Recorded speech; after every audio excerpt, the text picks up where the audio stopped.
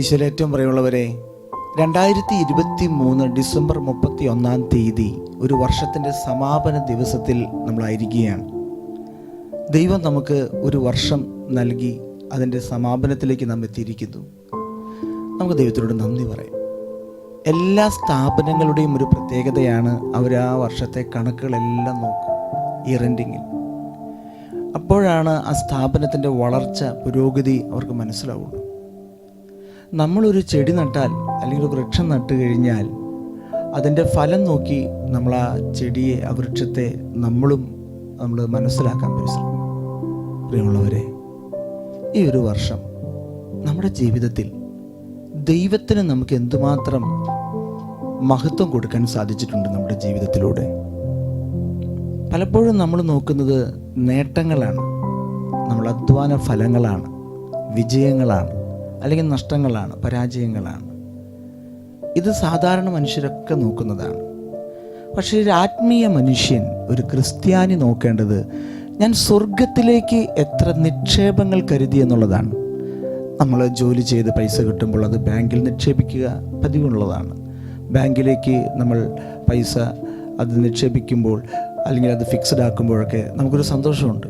പക്ഷെ നാം അതിനേക്കാളും സന്തോഷിക്കേണ്ടത് ഈ 2023 സ്വർഗത്തിൽ ഞാൻ എന്തുമാത്രം നിക്ഷേപങ്ങൾ കരുതി വെച്ചിട്ടുണ്ട്. ചിതലരിക്കാത്തതും കള്ളന്മാർ കവർന്നെടുക്കാത്തതുമായിട്ടുള്ള നിക്ഷേപങ്ങൾ കരുതി വയ്ക്കുവാൻ എന്നാണ് ഈശോ പഠിപ്പിച്ചിട്ടുള്ളത്. നമ്മളൊന്ന് ആത്മശോധന ചെയ്യണം. ഞാൻ സ്വർഗത്തിൽ എനിക്ക് വേണ്ടി എന്തെങ്കിലും നിക്ഷേപങ്ങൾ കരുതിയിട്ടുണ്ടോ?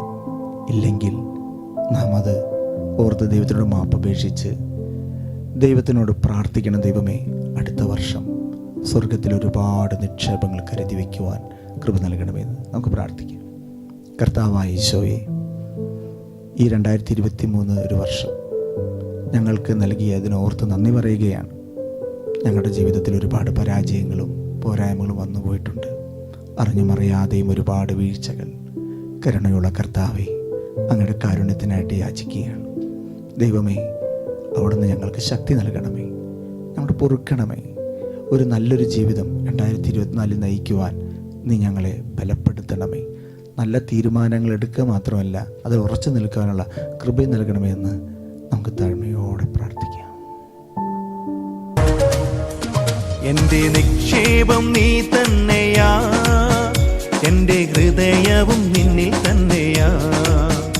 എൻ്റെ നിക്ഷേപം നീ തന്നെയാ, എൻ്റെ ഹൃദയവും നിന്നിൽ തന്നെയാ. യേശുവേ, എൻ ഹൃദയത്തിനുടയോനേ, എൻ ഹൃദയത്തെ കവർന്നോനേ. യേശുവേ, എൻ ഹൃദയത്തിനുടയോനേ, എൻ ഹൃദയത്തെ കവർന്നോനേ. എൻ്റെ നിക്ഷേപം നീ തന്നെയാ, എൻ്റെ ഹൃദയവും നിന്നിൽ തന്നെയാ.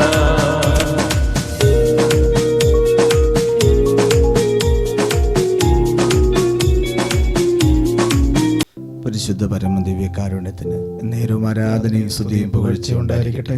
പരിശുദ്ധ പരമദിവ്യകാരുണ്യത്തിന് നേരം ആരാധനയും സ്തുതിയും പുകഴ്ചയും ഉണ്ടായിരിക്കട്ടെ. പരിശുദ്ധ പരമദിവ്യകാരുണ്യത്തിന് നേരം ആരാധനയും സ്തുതിയും പുകഴ്ചയും ഉണ്ടായിരിക്കട്ടെ.